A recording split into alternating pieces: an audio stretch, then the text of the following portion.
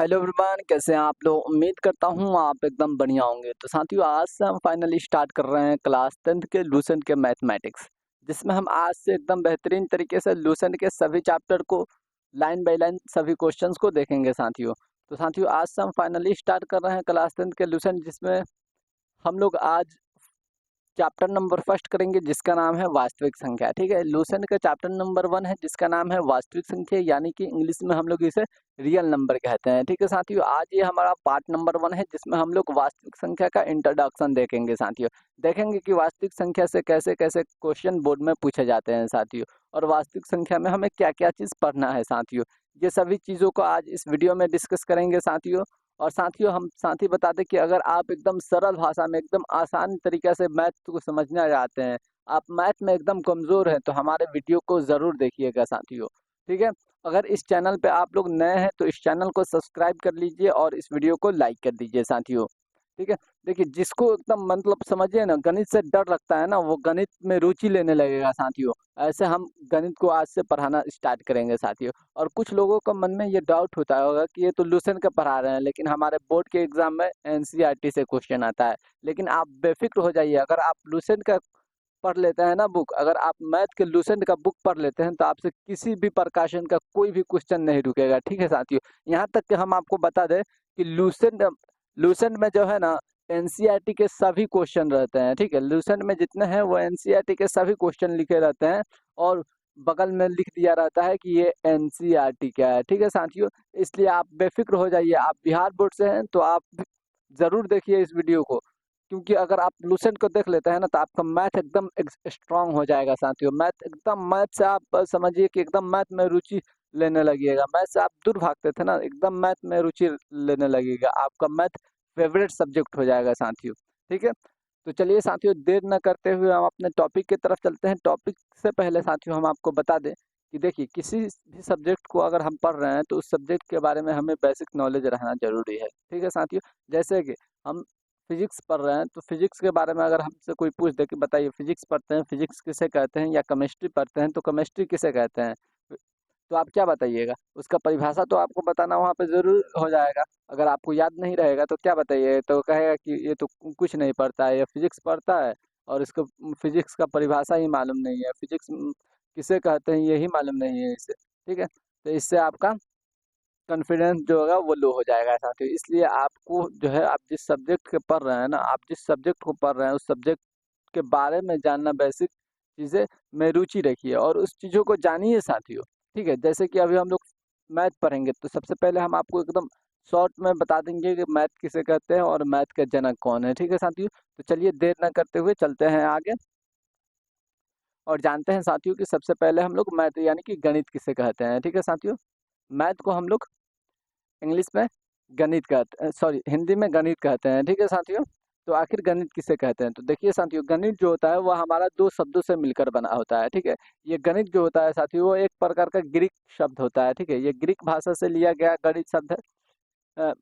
Sorry, mathematics जो होता है वो ग्रीक भाषा से लिया होता है। ठीक है, मैथमेटिक्स को ही हम लोग हिंदी में क्या कहते हैं साथियों, गणित कहते हैं। ठीक है, तो गणित को जो है वो दो भागों में बांटते हैं। ठीक है, पहला गण और दूसरा अणित। ठीक है, गण का मतलब साथियों होता है गणना करना, और अणित का मतलब साथियों होता है आंकड़ा। ठीक है, अर्थात देखिए, इसके मतलब से ही, मतलब इसके शब्दों से ही हमें मालूम चल गया इसका परिभाषा। आप यहाँ से परिभाषा बना सकते हैं कि आंकड़ों का गणना करना ही गणित कहलाता है। ठीक है साथियों, देखिए यहाँ से आप सिंपल में एकदम परिभाषा एक लाइन में बना रहे हैं ना कि आंकड़ों का गणना करना ही गणित कहलाता है। ठीक है, ये आप कैसे बना पा रहे हैं, जब हम किसी चीज को डिवाइड करते हैं, किसी चीज के बारे में हम उसको जानते हैं, तब उसको हम उसका भाग कर पाते हैं, उसे दो भागों में बांट पाते हैं, या उसके कई भागों में उसे बांटेंगे तभी उसका जो होगा अर्थ मालूम चलेगा साथियों। अर्थ से ही हम उसका परिभाषा पता कर सकते हैं साथियों। ठीक है, तो देखिए यहाँ पे हम लोग जाने कि गणित जो है वो दो भागों से मिलकर बना होता है। पहला गण, दूसरा अणित। गण का मतलब साथियों क्या होता है, गणना, और अणित का मतलब क्या होता है, आंकड़ा। ठीक है, अर्थात गण आंकड़ों का गणना करना ही क्या गणित कहलाता है। ठीक है साथियों, या आप इस प्रकार कह सकते हैं किसी वस्तु का गणना या लेखा जोखा करना ही गणित कहलाता है। ठीक है साथियों, किसी वस्तु का गणना या लेखा जोखा करना ही गणित कहलाता है। ठीक है साथियों, अब सवाल उठ के आता है, आपसे कोई पूछ देगा बताइए गणित का जनक यानी कि खोजकर्ता कौन है, तो आप क्या बताइएगा। तो साथियों अगर आपसे कोई पूछ दे कि गणित का जनक यानी कि खोजकर्ता कौन है, तो आप क्या बताइएगा। तो आप बताइएगा आर्किमिडीज। ठीक है साथियों, गणित का जनक आपसे कोई पूछ दे तो आप क्या बताइएगा, आर्किमिडीज बताइएगा। ठीक है साथियों, देखिए आप आर्किमिडीज को ही गणित का जनक क्यों मानते हैं, क्योंकि इनका गणित में जो होता है साथियों बहुत ज्यादा योगदान होता है, इसलिए गणित को आर्किमिडीज का अ, गणित का जनक आर्किमिडीज को माना जाता है। ठीक है साथियों, और अपने भारत में जो है साथियों, अपने भारत में वो जो है साथियों, वो सामान्यतः किसको मानते हैं, गणित का जन्मदाता आर्यभट्ट को मानते हैं। ठीक है, आर्किमिडीज को नहीं मानते हैं अपने भारत में, आर्यभट्ट को मानते हैं। अब आर्यभट्ट को अपने भारत में क्यों मानते हैं गणित का जन्मदाता, तो इन्होंने जो है साथियों, आर्यभट्ट जो है वो शून्य का आविष्कार किया था। ठीक है, शून्य का आविष्कार किया था, इसलिए भारत में आर्यभट्ट को गणित का जन्मदाता माना जाता है। ठीक है साथियों, और आर्किमिडीज का जो है वो गणित में बहुत ज़्यादा योगदान है, इसलिए अदर कंट्री में साथियों जो है वो आर्किमिडीज को गणित का जन्मदाता माना जाता है। इसलिए हम भी कह सकते हैं कि आर्किमिडीज जो होते हैं वो गणित का जन्मदाता होते हैं, और इनका योगदान जो है मैथ में बहुत ज़्यादा है साथियों। और आर्यभट्ट का भी है, देखिए अगर ये शून्य का आविष्कार नहीं कर पाते तो आप अपने दिमाग से बताइए क्या आगे का अंक बन पाता, क्या 10 कभी बन पाता, अगर शून्य नहीं होता तो क्या 10 ये कभी बन पाता, नहीं ना बन पाता। ये एक जो है ये अकेला रह जाता है, एक ही रहता है। ठीक है, अगर एक के पीछे ये शून्य नहीं लगता तो ये कभी 10 नहीं बन पाता। ठीक है, यानी कि एक का जो मान है वो कभी बट नहीं पाता, एक ही रहता है। ठीक है साथियों, वैसा ही अगर वैसा ही का है तो आर्यभट्ट को हमारे भारत में इसीलिए माना जाता है गणित का जन्मदाता, क्योंकि इनका योगदान बहुत है और इन्होंने शून्य का आविष्कार किया है, इसलिए इन्हें बहुत का मतलब होता है कि ये इन्होंने और चीज़ तो दिया है, लेकिन उसके साथ साथ एक बहुत ही महत्वपूर्ण चीज़ को इन्होंने आविष्कार किया जिसे शून्य कहते हैं। अगर शून्य ना रहता तो इसके बिना गणित ही अधूरा था साथियों। ठीक है, चलिए अब चलते हैं हम लोग आगे, चलते हैं आगे। हम लोग तो देख लिए, यहाँ पे देख लिए कि गणित किसे कहते हैं, गणित का जनक कौन है। ठीक है, ये हमारा गणित का कुछ बेसिक बातें थी जो सभी को जानना जरूरी हो जाता है साथियों। अब हम देखते हैं अपने मेन मुद्दे पर चलते हैं, मेन टॉपिक पर चलते हैं। हमारा मेन टॉपिक क्या है, मेन टॉपिक हमारा क्या था साथियों, वास्तविक संख्या। वास्तविक संख्या की तरफ चलते हैं।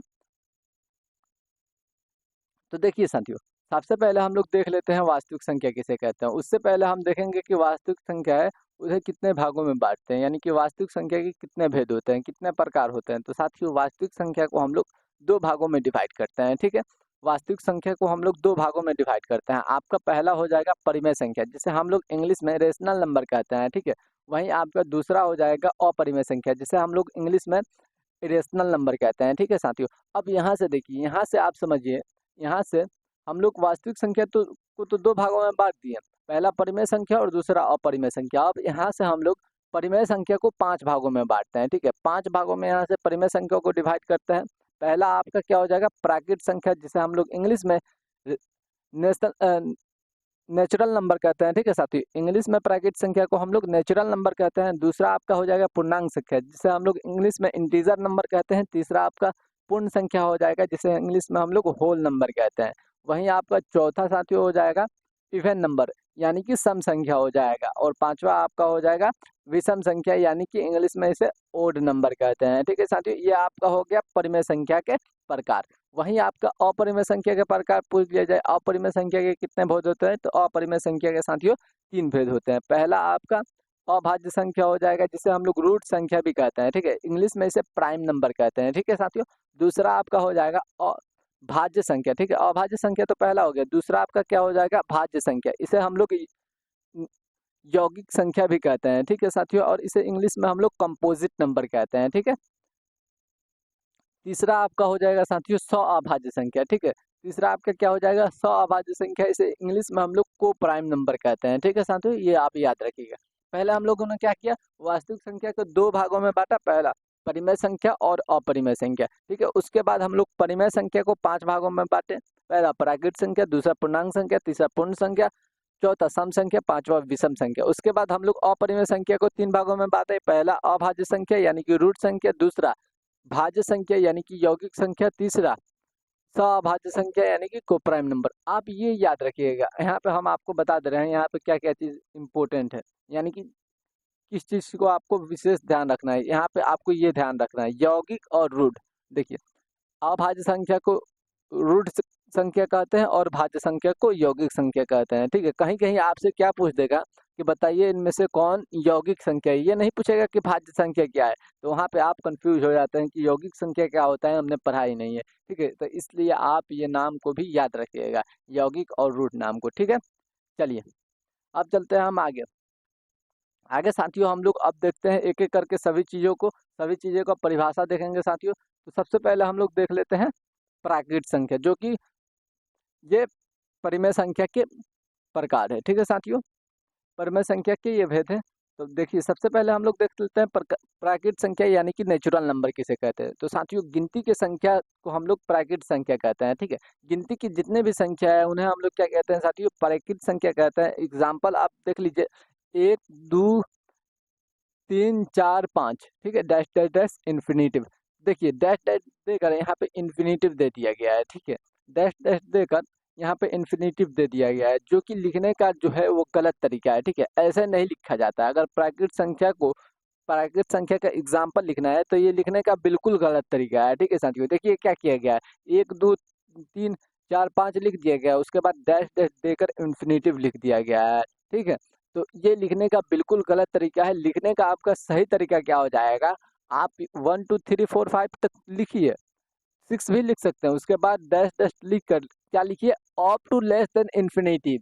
ठीक है, क्या लिखिए, op to less than infinitive. इसका मतलब ये हुआ कि इन्फिनिटिव से पहले सभी संख्या प्राकृत संख्या कहलाएंगे, इन्फिनिटिव नहीं, बल्कि इन्फिनिटिव से पहले जितने भी संख्या होंगे वो सभी संख्या क्या कहलाएंगे, प्राकृत संख्या कहलाएंगे साथियों। ठीक है, ये लिखने का सही तरीका है, लेकिन बाज लोग क्या करते हैं कि यही लिख देते हैं। ठीक है, यही लिख देते हैं, लेकिन ये लिखने का तरीका बिल्कुल गलत है साथियों। ठीक है, या आप इस प्रकार लिख सकते हैं, ये भी लिखने का बिल्कुल सटीक तरीका है, सही तरीका है साथियों। ठीक है, चलिए अब हम लोग देख लेते हैं पूर्णांक संख्या का किसे कहते हैं। अभी हम लोगों ने नेचुरल नंबर देखा, अब हम लोग देखेंगे इंटीजर नंबर किसे कहते हैं। तो साथियों देखिए, इंटीजर नंबर वो संख्या होती है जिसमें धनात्मक और ऋणात्मक दोनों सम्मिलित होते हैं। ठीक है, तो देखिए सभी धनात्मक तथा सभी ऋणात्मक प्राकृत संख्या और शून्य को शामिल करने से बने संख्या को पूर्णांक संख्या कहते हैं। क्या, सभी धनात्मक तथा ऋणात्मक प्राकृत संख्या और शून्य को शामिल करने से बने संख्या को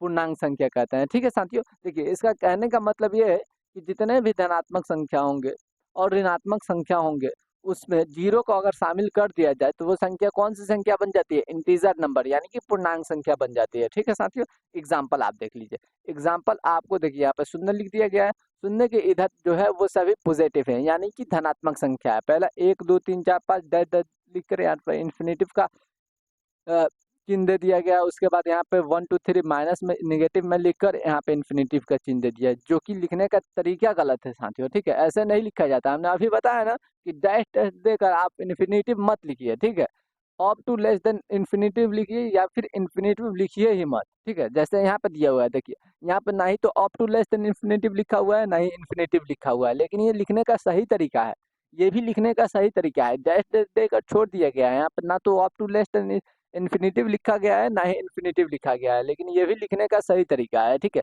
देखिए यहाँ पे जीरो है, धनात्मक में 1 है, 2 है, 3 है, 4 है, उसके बाद यहाँ पे ऋणात्मक यानी कि निगेटिव में माइनस में 1 है, 2 है, -3 है, -4 है। ठीक है, तो ये आपका हो जाएगा क्या चीज, पूर्णांक संख्या। ठीक है साथियों, देखिए पूर्णांक संख्या को हम लोग सूचित किससे करते हैं, तो साथियों पूर्णांक संख्या को हम लोग आई से या जेड से निरूपित करते हैं। ठीक है, वहीं आपको प्राकृत संख्या के किससे निरूपित करते थे, एन से, या नेचुरल नंबर होता है इसलिए हम लोग इसे एन से निरूपित करते हैं। ठीक है साथियों, और पूर्णांक संख्या को हम लोग किससे, इंटीजर, इंटीजर होता है ना इसका इंग्लिश, तो इसे आई से और जेड से भी निरूपित करते हैं। ठीक है साथियों, तो आप लोगों ने यहाँ देखा प्राकृत संख्या और पूर्णांक संख्या को। अब हम आप लोगों को आगे इसके प्रकार दिखाते हैं, क्या चीज़ के, परिमेय संख्या के आगे प्रकार देख लेते हैं। आगे हम लोग देखेंगे साथियों पूर्णांक संख्या पहले देख लिए, उसके बाद हम लोग पूर्णांक संख्या के प्रकार देख लेते हैं। ठीक है, पूर्णांक संख्या के कितने भेद होते हैं वो देख लेते हैं। देखिए पूर्णांक संख्या के जो है साथियों दो भेद होते हैं, सॉरी 3 भेद होते हैं। पहला धनात्मक, दूसरा शून्य पूर्णांक, तीसरा आपका ऋणात्मक पूर्णांक, ये आपके 3 पूर्णांक हो जाएंगे, ठीक है। पहला धनात्मक पूर्णांक यानी कि उसमें सभी अंक जो होते हैं वो पॉजिटिव होते हैं, ठीक है। उसके बाद आपका हो जाएगा शून्य पूर्णांक। शून्य पूर्णांक में जो होता है वो अ, धनात्मक और ऋणात्मक को छोड़कर मतलब जो संख्या बच जाता है उसे हम लोग क्या कहते हैं, शून्य पूर्णांक कहते हैं। उसके बाद आपका हो जाएगा ऋणात्मक, यानी कि निगेटिव में जो अंक लिखा रहता है उसे हम लोग ऋणात्मक ऋणात्मक पूर्णांक कहते हैं, ठीक है साथियों। चलिए यहाँ से हम लोग देख लिए पूर्णांक संख्या के भेद भी देख लिए, मतलब पूर्णांक संख्या कितने भागों में बांटते हैं वो भी देख लिए। अब हम लोग देखेंगे पूर्ण संख्या यानी कि होल नंबर देखेंगे, ठीक है। यहाँ पे आप लोग सही कर लीजिएगा, ठीक है साथियों, यहाँ पे आप लोग सही कर लीजिएगा, ठीक है। एक की जगह आप आर बना लीजिएगा, ठीक है। तो देखिए पूर्ण संख्या किसे कहते हैं, तो देखिए जब भी हम साथियों प्राकृत संख्या यानी कि गिनती के संख्या के पहले अगर हम जीरो को शामिल कर लेंगे तो वो संख्या क्या बन जाएगा, पूर्ण संख्या बन जाएगा, ठीक है साथियों, पूर्ण संख्या। तो देखिए गिनती के संख्या में शून्य को शामिल करने से बनी संख्या को पूर्ण संख्या कहते हैं, ठीक है साथियों। करते हैं नहीं, यहाँ पे कहते हैं कर लीजिएगा, ठीक है। कहते हैं यानी कि कह रहा है कि गिनती की संख्या जितने भी हैं उसके पहले अगर हम जीरो को शामिल कर लेते हैं तो वही संख्या प्राकृत संख्या से पूर्ण संख्या बन जाएगा साथियों, ठीक है।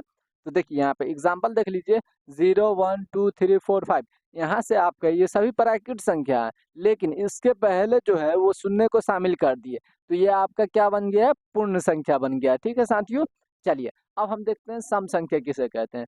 तो साथियों सम संख्या को हम लोग इंग्लिश में इवन नंबर कहते हैं, ठीक है साथियों। तो इवन नंबर साथियों जो होता है वो संख्या होता है जिसमें दो से जो होता है वो पूरा पूरा भाग लग जाता है, यानी कि दो से वो संख्या, जो संख्या दो से पूर्णतः विभाजित हो जाएगा वो संख्या को हम लोग इवन नंबर कहते हैं, सम संख्या कहते हैं, ठीक है साथियों। जैसे देखिए यहाँ पे क्या लिखा हुआ, वैसी संख्या जो दो से पूरा पूरा विभाजित हो उसे हम लोग सम संख्या कहते हैं, ठीक है। एग्जाम्पल यहाँ पे दिया हुआ है 2 4 6 8 10, ठीक है। 8 10 10 10 दे दिया गया है, ठीक है। देखिए अगर आप लोग 8 में 2 से भाग दीजिए तो क्या इसमें 2 से 8 जो है वो 2 से पूर्णतः विभाजित हो रहा है, यानी कि पूरा पूरा विभाजित हो रहा है। देख लीजिए 2 के बारह में कितने बार में 8 है साथियों, 4 बार में है, तो ये तो हो जा रहा है, ठीक है। यानी कि 8 जो है वो 2 से पूरा पूरा विभाजित हो जा रहा है, ये इसलिए 8 जो होगा साथियों आपका सम संख्या यानी कि इवन नंबर होगा साथियों, ठीक है।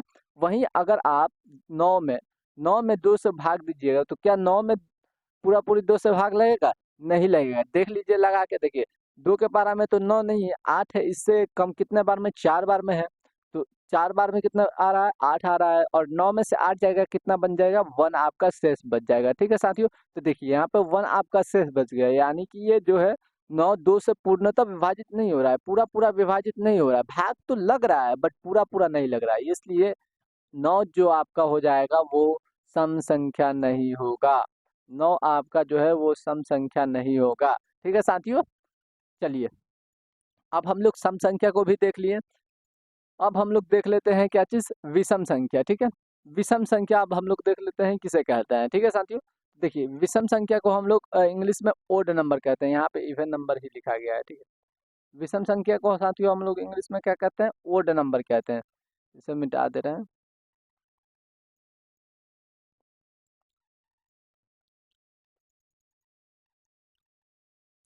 विषम संख्या को इंग्लिश में साथियों क्या कहते हैं, ओड नंबर कहते हैं, ठीक है।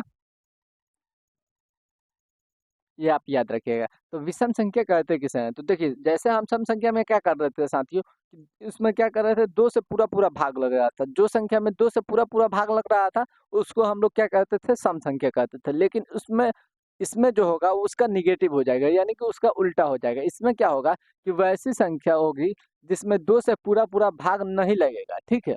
तो देखिए क्या कर रहा है, वैसी संख्या जो दो से पूरा पूरा विभाजित नहीं हो उसे विषम संख्या कहते हैं, ठीक है साथियों। जैसे आपका हो जाएगा 8 3 5 7, ऐसा ही 9 हो जाएगा, आपका 11 हो जाएगा, ठीक है, ऐसे डैश डैश हो जाएगा, ठीक है।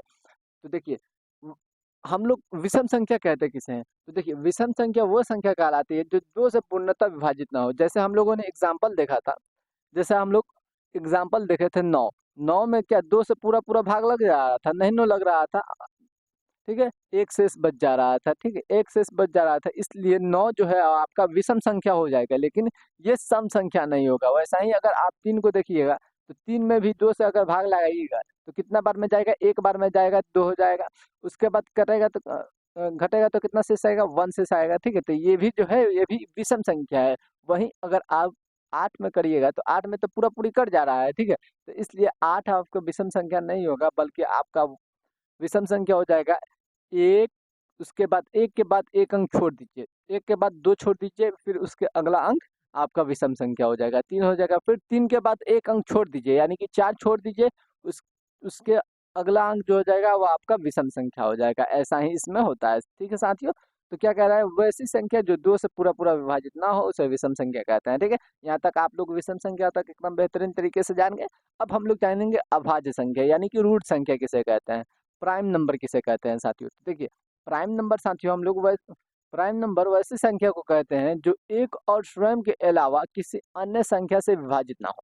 देखिए, यहाँ पे कहने का मतलब क्या है कि उस संख्या को हम लोग प्राइम संख्या कहते हैं, प्राइम नंबर कहते हैं साथियों, कि जिस संख्या में एक मतलब एक और स्वयं के अलावा किसी और संख्या से भाग ना लगे। एक से तो लगे भाग, और जो वो अंक है उससे भी लगे, उसके अलावा वो किसी संख्या से भाग नहीं लगे, यानी कि उसके अलावा उसमें वो किसी संख्या से विभाजित ना हो, तो वो संख्या क्या कहलाएगा, आपका अभाज्य संख्या कहलाएगा, यानी कि प्राइम नंबर कहलाएगा, ठीक है साथियों। जैसे आप देख लीजिए, 3 को ही देखिए, 3 में अगर आप 2 से भाग लगाइएगा, सॉरी क्या बोल रहा है, 1 मिनट, 3 में अगर आप 2 से भाग लगाइएगा तो नहीं न लगेगा, सॉरी यहाँ पे 2 कर रहे हैं। देखिए, 3 में अगर आप लोग 3 को विभाजित करिएगा तो ये किससे किससे, 1 से विभाजित हो जाएगा, उसके बाद स्वयं 3 से विभाजित होगा, और कोई संख्या से ये विभाजित होगा नहीं न होगा। उसके बाद आप ले लीजिए 5, 5 को विभाजित कीजिएगा, किस किस संख्या से कीजिएगा, 1 से और स्वयं 5 से। क्या 2 से हो सकता है 5 विभाजित? नहीं हो सकता है। 3 से हो सकता है? बिल्कुल नहीं हो सकता है पूर्णतः विभाजित। क्या 4 से हो सकता है? नहीं हो सकता है, ठीक है। वहीं आप 5 को देखिएगा, सॉरी, वहीं आप 4 को देखिएगा, 4 को देखिएगा, 4 में किससे किससे भाग लग जाएगा, एक तो 1 से लग जाएगा, दूसरा इस 4 खुद से लगेगा, उसके बाद 1 के बाद अगर आप 2 से भाग लगाइएगा तो 2 बार में भाग लग जाएगा, तो 4 आपका जो हो जाएगा साथियों, वो आपका अभाज्य संख्या नहीं होगा साथियों, ठीक है। तो यहाँ से आप क्या समझे, यहाँ से आप क्या समझे कि अभाज्य संख्या वैसी संख्या को कहते हैं जो एक और स्वयं से भाग लगे, यानी कि वैसी संख्या जिसके केवल 2 ही अपवर्तक हो, उसे उस संख्या को हम लोग अभाज्य संख्या कहते हैं, ठीक है साथियों। चलिए, जैसे एग्जांपल आपका 2, 3, 5, 7, 11, 13, 17, 19, 23, दैट इज ऐसा ही आपका एग्जांपल होते चला जाएगा, ठीक है साथियों। चलिए, अब हम लोग देख लेते हैं भाज्य संख्या, यानी कि यौगिक संख्या, कंपोजिट नंबर किसे कहते हैं साथियों। तो कंपोजिट नंबर जो होता है वो प्राइम नंबर के जस्ट निगेटिव हो जाता है, यानी कि उल्टा हो जाता है, ठीक है साथियों। इसमें क्या हो रहा था, देखिए, अगर आसान भाषा में अगर समझना होगा तो आप समझिए, रूट संख्या यानी कि अभाज्य संख्या में क्या हो रहा था, एक और स्वयं क्या, यानी कि इसमें क्या 2 अपवर्तक थे, लेकिन भाज्य संख्या में क्या होगा आपका, अभाज्य संख्या में 2 अपवर्तक थे, लेकिन भाज्य संख्या में आपका क्या हो जाएगा, इसमें 2 से अधिक अपवर्तक होंगे, ठीक है साथियों। तो इसमें 2 से अधिक अपवर्तक होंगे, उस संख्या को क्या कहेंगे, भाज्य संख्या कहेंगे, यानी कि यौगिक संख्या कहेंगे, ठीक है। यहाँ पे देख लीजिए क्या लिखा हुआ है, कह रहा है यहाँ पे वैसी संख्या जो एक और स्वयं के अलावा किसी अन्य संख्या से भी विभाजित हो, वो भाज्य संख्या कहलाती है, ठीक है।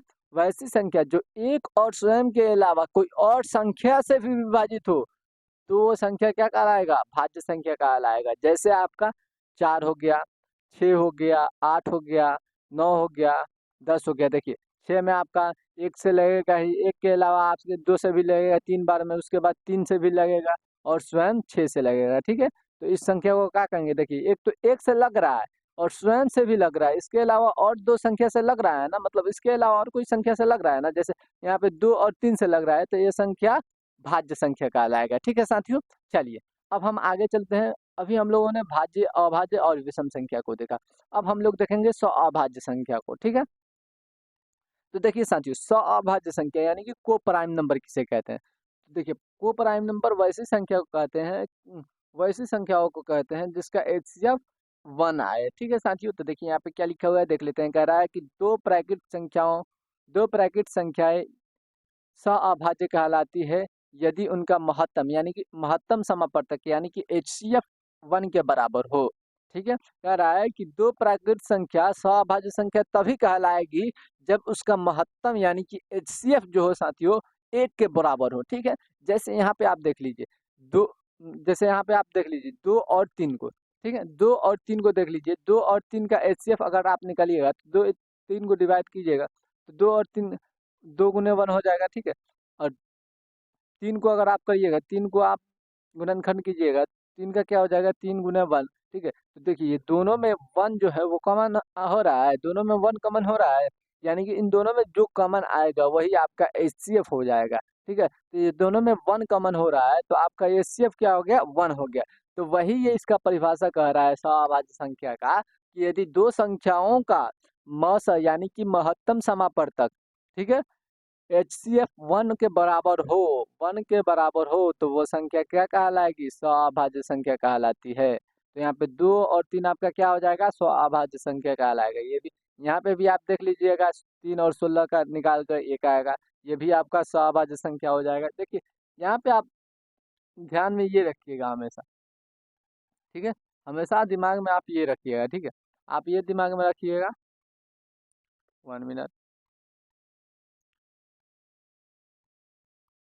आप हमेशा ये दिमाग में रखिएगा, दो संख्याओं का एचसीएफ अगर एक आए तो वो संख्या क्या कहलाएगी, आपका सवाभाज्य संख्या कहलाएगी, ठीक है साथियों। देखिए यहाँ पे हम लोगों ने क्या क्या देखा, परिमेय संख्या और अपरिमेय संख्या के प्रकार को देख लिए, ठीक है।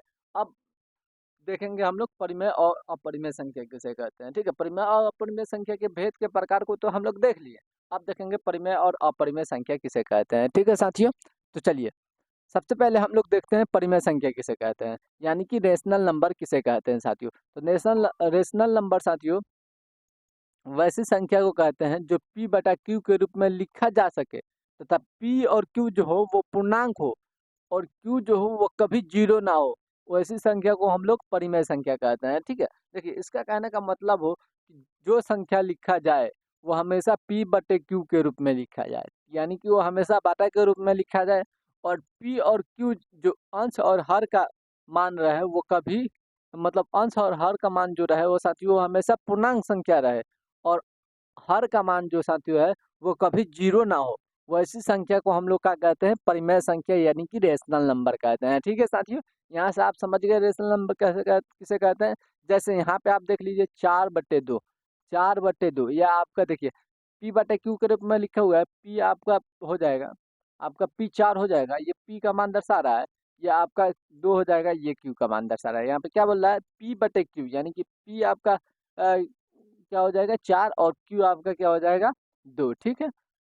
p बटे q के रूप में लिखा है, यहाँ पे p और q क्या है, पूर्णांक संख्या है। पूर्णांक संख्या में 1 2 3 4 5 आता है ना, पॉजिटिव में भी आता है और निगेटिव में भी आता है, तो ये संख्या आपका पूर्णांक संख्या हो गया। और बोल रहा है q कभी जीरो नहीं होना चाहिए, तो देखिए q का मान कभी, q का मान यहाँ पर जीरो है नहीं ना है, तो ये संख्या क्या कहलाएगा, परिमेय संख्या कहलाएगा। वहीं आप -4/3 भी देख लीजिए, ये भी आपका परिमेय संख्या हो जाएगा। और एक चीज़ यहाँ पे ध्यान रखिएगा, एक चीज़ आप यहाँ पे ध्यान रखिएगा, हमने आपको अभी क्या चीज़ बताया, हमने अभी आपको क्या चीज़ बताया कि p मतलब q का मान कभी जीरो नहीं होना चाहिए। अगर p का मान जीरो होता है तो क्या वो परिमेय संख्या कहलाएगा, जी हाँ बिल्कुल कहलाएगा। अगर p का मान जीरो होता है तो वो संख्या बिल्कुल परिमेय संख्या कहलाएगा। ऐसे एग्जाम्पल आप ले लीजिए यहाँ पे, जैसे 0/3, ये क्या कोई पूछ देगा कि ये बताइए ये परिमेय संख्या है, तो आप क्या बताइएगा, यस ये परिमेय संख्या है, क्योंकि हमें को यहाँ पे शर्त में क्या दिया गया है कि q का मान कभी जीरो नहीं होना चाहिए। लेकिन जो ऊपर वाला होता है, जो अंश होता है वो आपका किसका मान होता है, p का मान होता है, और नीचे वाला यानी कि हर जो होता है वो q का मान को दर्शाता है, ठीक है साथियों। तो देखिए क्यू यहाँ पे कभी, यहाँ पे क्यू जीरो नहीं ना हो रहा है, क्यू तो 3 है, लेकिन यहाँ पे क्या कर रहा है, शर्त में कह रहा है कि क्यू जीरो नहीं होना चाहिए, तो क्यू तो जीरो नहीं है लेकिन पी जीरो है, तो ये संख्या क्या परिमेय संख्या कहलाएगा साथियों, ठीक है, ये आप याद रखिएगा। चलिए अब आगे देखते हैं हम लोग अपरिमेय संख्या को। साथियों परिमेय संख्या को हम लोग देख लिए, अब हम लोग देखेंगे अपरिमेय संख्या यानी कि इरेशनल नंबर किसे कहते हैं, ठीक है साथियों। तो साथियों अब हम लोग इरेशनल नंबर को देखेंगे। तो देखिए वैसी संख्या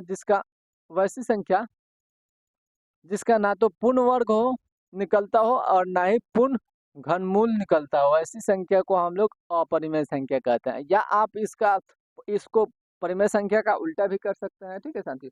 इससे आप लोग परिमेय संख्या का आप उल्टा भी कर सकते हैं, तो आपका क्या अपरिमेय संख्या बन जाएगा, ठीक है। परिमेय संख्या का अगर आप यहाँ पे उल्टा भी कर दीजिएगा तो आपका अपरिमेय संख्या बन जाएगा, ठीक है। तो परिमेय संख्या में आपका क्या करना पड़ रहा था, पी बटे क्यू के रूप में लिखा जा रहा था, लेकिन यहाँ पर पी बटे क्यू के रूप में ना लिखकर रूट में लिखा जाता है, ठीक है। तो आप ऐसे कह सकते हैं, वैसी संख्या जिसे रूट में लिखा जाए, पी बटे क्यू के रूप में ना लिखा जाए, उसे हम लोग अपरिमेय संख्या कहते हैं। लेकिन फिलहाल आप देखिए यहाँ पे क्या लिखा हुआ है, ये सबसे आसान भाषा है। क्या? वैसी संख्या जिसका ना तो पूर्ण वर्गमूल निकलता हो और तथा ना पूर्ण घनमूल निकलता हो, ऐसी संख्या को हम लोग अपरिमेय संख्या कहते हैं। जैसे जैसे 2, √2, ठीक है, √2, इसका आप लोग क्या वर्गमूल निकाल सकते हैं? बिल्कुल नहीं। क्या √2 का वर्गमूल निकल सकता है? नहीं निकल सकता है। अगर निकलेगा आपका वर्गमूल √2 का निकलेगा तो दशमलव में आएगा, ठीक है, दशमलव में आएगा, जो कि दशमलव में आएगा। तो क्या कहता है शर्त कि दशमलव में कभी नहीं आना चाहिए, ठीक है, दशमलव मतलब रहे, दशमलव में रहे, लेकिन इसका हम लोग निकालेंगे तो दशमलव में जब आएगा मान तो वो परिमेय संख्या हो जाएगा, ठीक है साथियों। तो क्या कहता है कि अपरिमेय संख्या का ना तो पूर्ण वर्गमूल निकल सकता है, ना ही पूर्ण घनमूल निकल सकता है। यहाँ पे आपका √5 का आप वर्गमूल निकाल लीजिएगा, नहीं निकलेगा, ठीक है। वहीं आप अगर √4 को निकालना चाहते हैं वर्गमूल, तो क्या निकल सकता है? बिल्कुल निकल सकता है, पूर्ण वर्गमूल निकल सकता है, ठीक है, 2 हो जाएगा, ठीक है साथियों। तो यहाँ से हम लोग क्या क्या चीज़ देख लिए, पहले देखे वास्तविक संख्या के भेद, यानी कि वास्तविक संख्या के कितने भागों में हम लोग डिवाइड किए, 2 भागों में डिवाइड किए, उसके प्रकार देख लिए। फिर उसके 2 भागों में परिमेय और अपरिमेय अ, में बांटे। उसके बाद परिमेय और अपरिमेय के भाग के देखे, वहां से उसके सभी परिभाषा देख लिए साथियों।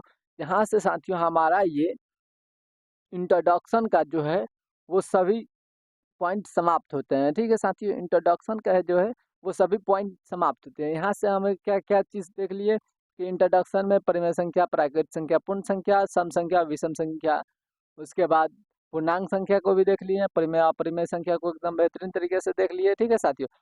एक चीज सब चीज तो देख लिए। और वास्तविक संख्या अगर आपसे कोई पूछ दे कि बताइए वास्तविक संख्या किसे कहते हैं, आप लोगों ने वास्तविक संख्या के वहां पर भेद देखा था, यानी कि वास्तविक संख्या को डिवाइड किया था।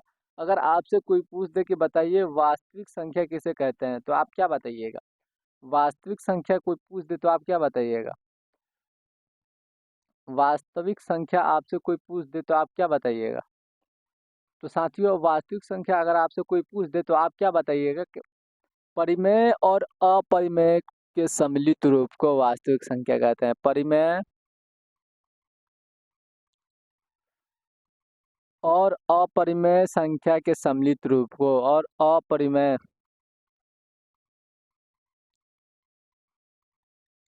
संख्या के सम्मिलित रूप को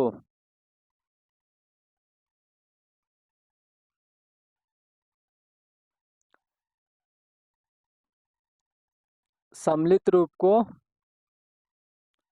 वास्तविक संख्या कहते हैं, ठीक है साथी, ये आप याद रखिएगा।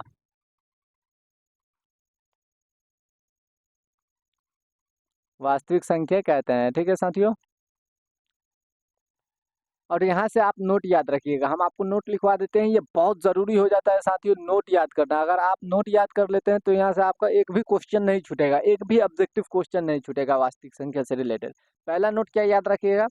पहला नोट आप याद रखिएगा कि सबसे छोटी प्राकृत संख्या क्या होती है। पहला आप लोग नोट क्या याद रखिएगा?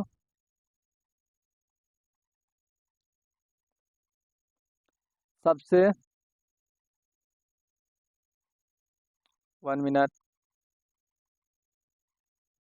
पहला आप लोग नोट याद रख करके रखिएगा कि सबसे छोटी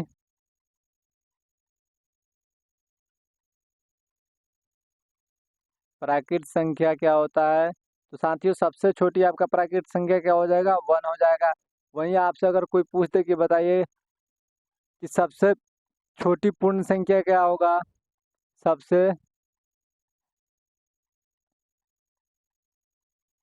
छोटी पूर्ण संख्या, तो आप क्या बताइएगा? पूर्ण संख्या।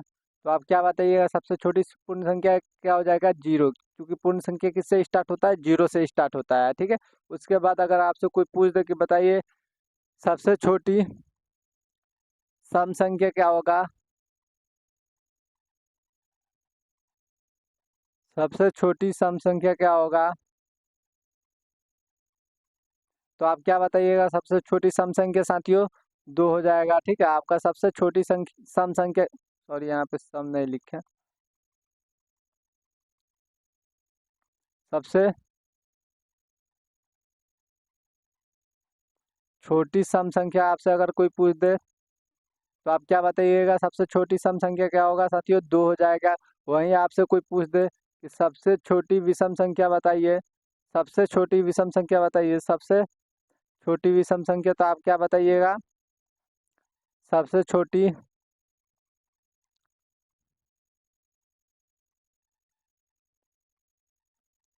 विषम संख्या, तो आप क्या बताइएगा साथियों, सबसे छोटी विषम संख्या आपका क्या हो जाएगा, सॉरी एक हो जाएगा, ठीक है। उसके बाद फिर आपसे ये चीज़, यहाँ से आप ये चीज़ आप हमेशा ध्यान में रखिएगा, ये चीज़ यहाँ पे आप दो चीज़ हमेशा ध्यान में रखिएगा। पहला कि सबसे छोटी अभाज्य संख्या, अभाज्य संख्या, ठीक है। रुक जाइए 1 मिनट, यहाँ से आप एक दो चीज़ ये ध्यान में हमेशा रखिएगा कि सबसे छोटी क्या चीज़, अभाज्य संख्या, अभाज्य संख्या क्या होगा साथियों, सबसे छोटी अभाज्य संख्या आपका क्या हो जाएगा साथियों, वो हो जाएगा आपका दो, ठीक है। उसके बाद आपसे कोई पूछते कि बताइए सबसे छोटी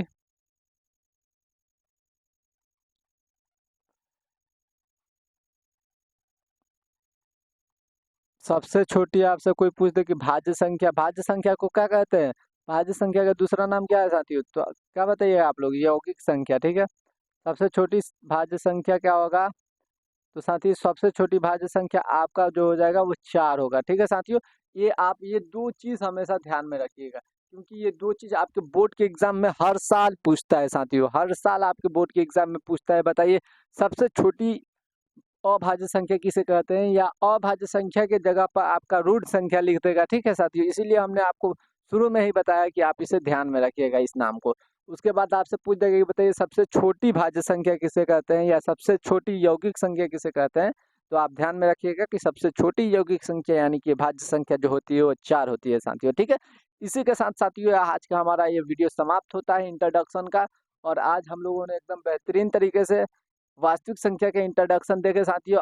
अगले वीडियो में हम लोग वास्तविक संख्या से रिलेटेड सभी प्रश्न को देखेंगे साथियों, और एकदम बेहतरीन तरीके से आसानी में साथियों सभी प्रश्न को देखेंगे। इसलिए आप सभी लोग इस चैनल पर नए हैं तो चैनल को सब्सक्राइब कर लीजिए और वीडियो को लाइक कर दीजिए साथियों। अपने दोस्तों में जो क्लास 10th के हैं उन्हें शेयर कीजिए ताकि इस चैनल से जुड़ जाए साथियों, और इस चैनल पर आपको क्लास 10th का एकदम बेहतरीन तरीके से तैयारी कराई जाएगी साथियों। तो इसीलिए आप सभी लोग इस चैनल से जुड़ जाएं और ज़्यादा से ज़्यादा लोगों में शेयर करें। आज के लिए बस इतना ही साथियों, फिर मिलेंगे हम लोग नेक्स्ट वीडियो में नए टॉपिक के साथ, नए जुनून के साथ। तब तक के लिए जय हिंद, जय भारत।